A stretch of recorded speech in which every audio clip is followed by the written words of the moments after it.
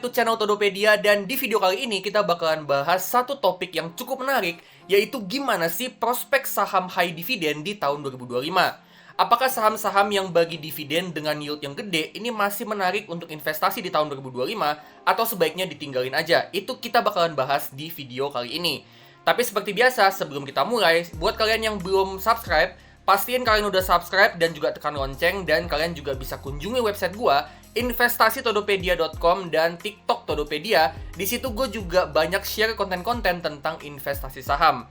Dan jangan lupa juga cek produk yang gue tag di kiri bawah. Di situ gue banyak banget share buku-buku, produk-produk lain juga ya, yang mana itu bisa ngebantu investasi kalian. Ya, jadi pastiin kalian cek juga produk-produk yang gue tag di bagian bawah. Nah, langsung aja kita mulai ke pembahasannya ya. Gimana sih prospek saham-saham high dividend di tahun 2025? Pertama, kalau kita bahas saham-saham yang high dividend, tentu pertama kita bahas saham-saham yang ada di sektor batubara. Di mana saham-saham kayak PTBA, ITMG, MCOL, GEM, sama BSSR, ini adalah saham-saham yang bisa bagi dividen dengan dividen yield yang gede banget. Begitu juga untuk saham-saham yang terkait batubara, ada ABMM sama UNTR yang jadi kontraktor tambang batubara, dan juga ada saham TB, yang mana TB ini adalah bisnis logistik batubara. Ya, saham-saham batubara dan terkait batubara, saham-saham kayak gini, ini adalah saham-saham yang bisa bagi dividen dengan yield yang gede banget. Ya, tapi untuk saham-saham batubara sama terkait batubara, meskipun mereka ini high dividend dan tahun ini masih bisa bagi dividen dengan yield yang gede, tapi untuk kedepannya menurut gua mesti agak waspada. Karena dengan adanya transisi energi ke renewable energy dan green energy untuk ngurangin emisi karbon, bisa jadi ini akan mengurangi permintaan untuk batubara secara perlahan. Jadi menurut gue ya, untuk tahun ini sampai mungkin 3, 4, 5 tahun ke depan, ini batubara masih cukup bagus dan bisa kasih dividen yang gede. Tapi untuk jangka panjang banget, 10 tahun ke depan atau lebih dari itu mungkin potensinya udah nggak bagus lagi. Ya, jadi untuk jangka menengah sampai jangka panjang, sampai mungkin sekitaran 5 tahun ya, ini masih cukup oke. Tapi kalau untuk jangka panjang banget, di atas 10 tahun, itu saham batubara, prediksi gue ya, saham-saham batubara ini udah nggak bagus lagi. Ya, jadi buat kalian nih yang invest di saham batubara dan kalian mau dapat dividen yang gede, menurut gue untuk beberapa tahun ke depan, ini kalian masih bisa dapat dividen yang gede. Tapi kalau menurut gue ya, ada baiknya strateginya adalah ketika kalian dapat dividen yang gede, itu kalian reinvestasi ke saham-saham lain di sektor lain yang prospeknya lebih bagus. Nah, saham-saham apa aja yang prospeknya lebih bagus? Salah satunya adalah saham-saham di sektor otomotif. Ya, yang mana saham-saham otomotif ini juga saham-saham yang bagi dividen dengan yield yang cukup besar. Ada saham Astra, MPMX, Auto, terus juga ada saham auto financing kayak ADMF, dan juga ada pelabuhan otomotif yaitu IPCC. Ya, jadi saham-saham otomotif dan terkait otomotif ini saham-saham yang menurut gua prospeknya masih lebih bagus daripada batubara. Dan untuk sektor otomotif di tahun ini, ya, dia ini akan kena katalis positif dari penurunan suku bunga. Di mana dengan suku bunga ini turun, ya, ini akan ngurangin bunga pinjaman, dan dengan kayak gitu itu akan ngebuat masyarakat jadi lebih agresif untuk ngambil pinjaman dan cicilan untuk kendaraan bermotor. Yang mana tentu itu akan mendorong pertumbuhan untuk permintaan kendaraan bermotor. Ya, pembelian mobil sama motor itu dengan suku bunga turun, menurut gua itu jumlah permintaan, jumlah pembeliannya itu akan meningkat, yang mana itu bagus untuk emiten otomotif. Dan untuk jangka panjang, menurut gua emiten otomotif ini masih akan bertumbuh seiring dengan adanya pertumbuhan ekonomi dan juga adanya pertumbuhan daya beli masyarakat. Dengan daya beli masyarakat bertumbuh, tentu itu juga akan mendorong pertumbuhan untuk permintaan otomotif. Jadi ini cukup bagus untuk Astra, MPMX ya.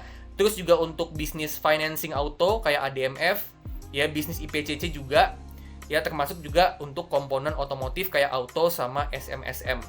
Ya, dalam jangka panjang ya, menurut gua ini potensi pertumbuhan bisnis mereka masih cukup bagus dengan adanya pertumbuhan ekonomi di Indonesia sebagai negara berkembang.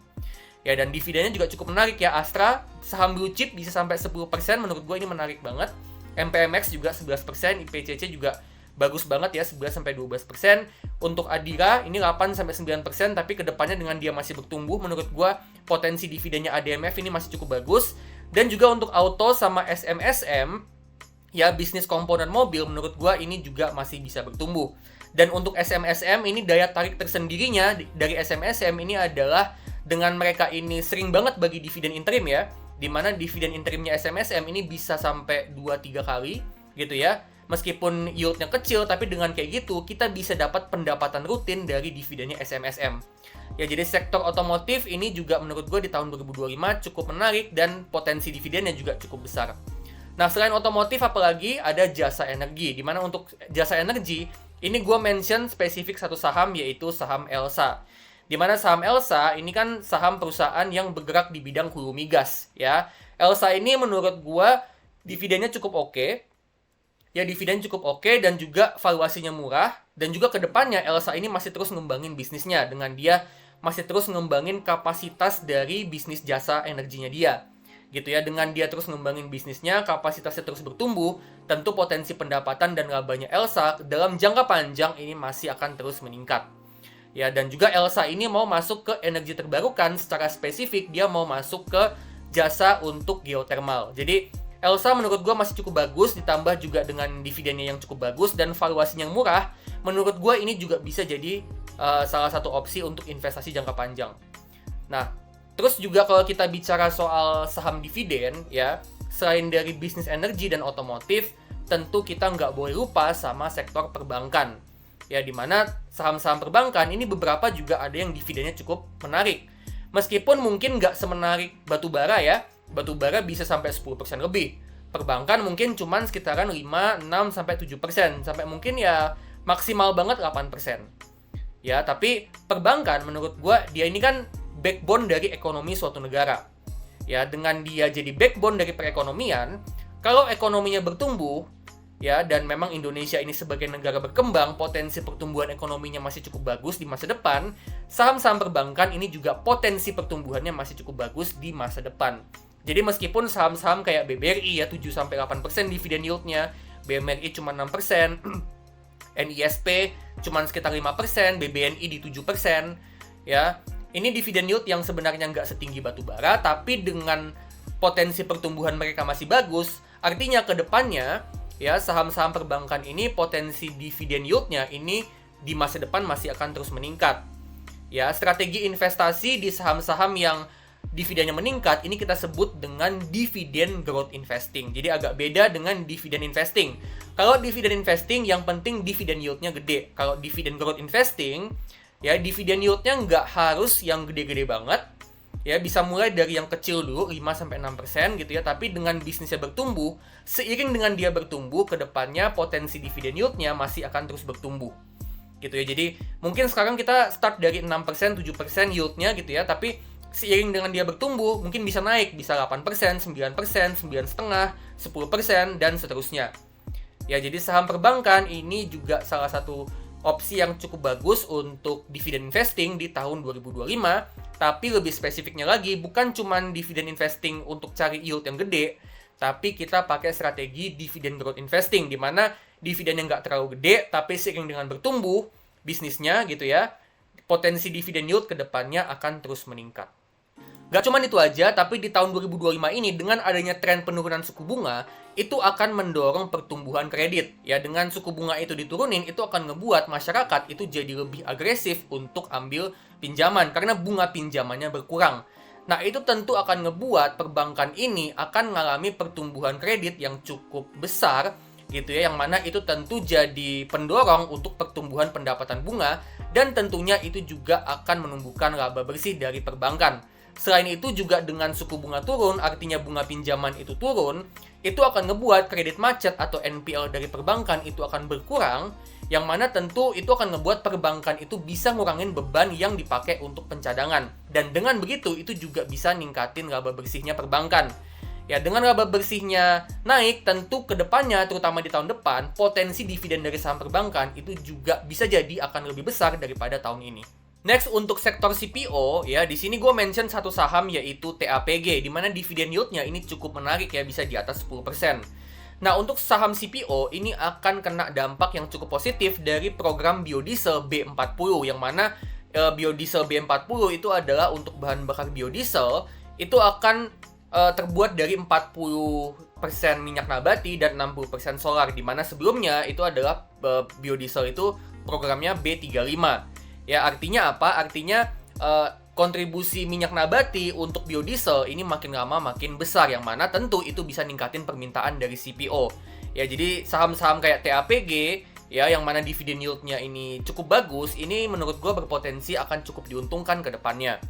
Dan untuk yang terakhir setelah CPO, gue akan mention satu saham, yaitu saham Demas. Ya, gue nggak mention saham properti, tapi gue mention spesifik aja untuk saham Demas. Ya, ini saham Demas ini saham yang sukses bikin banyak orang itu galau ya teman-teman ya. Dimana Demas ini udah 2 semester terakhir ini udah nggak bagi dividen. Yang mana sebelum 2 semester ini dia ini bagi dividen dengan yield yang gede banget.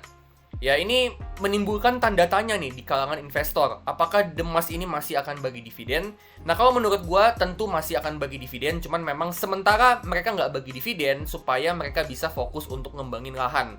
Ya, jadi sementara waktu mereka investasi untuk ngembangin lahan, mereka juga mau investasi untuk masuk ke bisnis-bisnis yang bisa kasih recurring income, contohnya kayak bisnis pergudangan, bisnis perawatan air bersih, gitu ya. Dengan kayak gitu mereka bisa dapat pendapatan yang sifatnya itu rutin.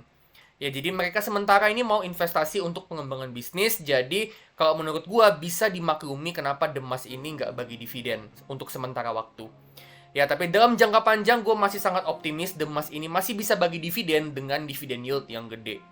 Jadi overall ya, menurut gue untuk tahun 2025 ini, untuk sektor batubara dan yang terkait sama batubara, ini menurut gue dividennya masih akan gede ya untuk tahun 2025 ini. Tapi untuk kedepannya setelah tahun 2025, ya terutama buat kalian yang mau invest jangka panjang, menurut gue ini prospeknya agak kurang bagus. Ya, jadi buat kalian yang mau invest untuk jangka menengah lah ya, sekitaran minimal 3 tahun, sampai mungkin sekitaran 6 tahun, ini menurut gue untuk emiten batubara, ya ini masih cukup oke, terutama buat yang ngincer dividen. Ya, yang terkait batubara juga menurut gue masih cukup bagus. Nah, tapi untuk di atas itu, di atas 6 tahun ya, 10 tahun, 15 tahun, 20 tahun, menurut gue emiten dari sektor kayak otomotif, perbankan, itu menurut gue prospeknya lebih bagus. Ya, jadi untuk tahun 2025 ini batubara masih cukup oke, tapi untuk jangka panjang banget menurut gue agak kurang bagus. Sementara untuk otomotif sama perbankan ini di tahun 2025 dengan adanya penurunan suku bunga, menurut gue dua sektor ini menurut gue akan cukup potensial. Dan untuk jangka panjang ini potensi atau prospek bisnisnya untuk otomotif sama perbankan ini menurut gue masih cukup bagus. Jadi buat kalian yang pengen bener-bener investasinya untuk jangka panjang banget, bisa dipertimbangin untuk emiten yang ada di otomotif sama perbankan. Dan dengan suku bunga diturunin, ini bisa jadi momentum yang bagus untuk beli saham-saham otomotif sama perbankan. Sementara untuk sektor lain kayak misalnya jasa energi, terus untuk CPO, ini menurut gua mirip-mirip sama batubara ya. Menurut gua dividennya memang gede, tapi untuk energi ini menurut gua mungkin nggak akan terlalu yang panjang banget. Ya, nggak akan terlalu yang panjang banget. Menurut gue, kalau untuk panjang tetap di otomotif sama perbankan karena memang potensi pertumbuhannya bagus. Gitu ya. Jadi untuk energi, batubara gitu ya. Terus untuk komoditas juga kayak CPO, menurut gue kalaupun dividennya gede, ya, cash flow yang kita dapat dari dividen itu menurut gue ya, itu bisa dipertimbangin untuk direinvestasiin ke saham-saham perusahaan yang prospeknya lebih bagus. Contohnya kayak otomotif sama perbankan. Jadi menurut gue kayak gitu ya untuk tahun 2025 overall. Untuk batubara masih bagus, tapi mulai agak waspada karena memang udah mulai trennya berpindah ke renewable energy. Terus untuk otomotif sama perbankan ini cukup bagus. Untuk jasa energi juga nggak terlalu jelek banget ya. Untuk CPO prospeknya bagus. Sedangkan untuk Demas, ya untuk satu saham ini Demas ini kita masih nunggu ya. Gimana nih manajemen masih mau bagi dividen apa enggak? Kalau menurut gue, prediksi gue masih akan bagi dividen. Tapi kita tunggu lagi ya, nanti update-nya kayak gimana dari manajemennya si Demas ini. Oke, jadi itu dia ya, gimana sih nasib saham dividen di tahun 2025.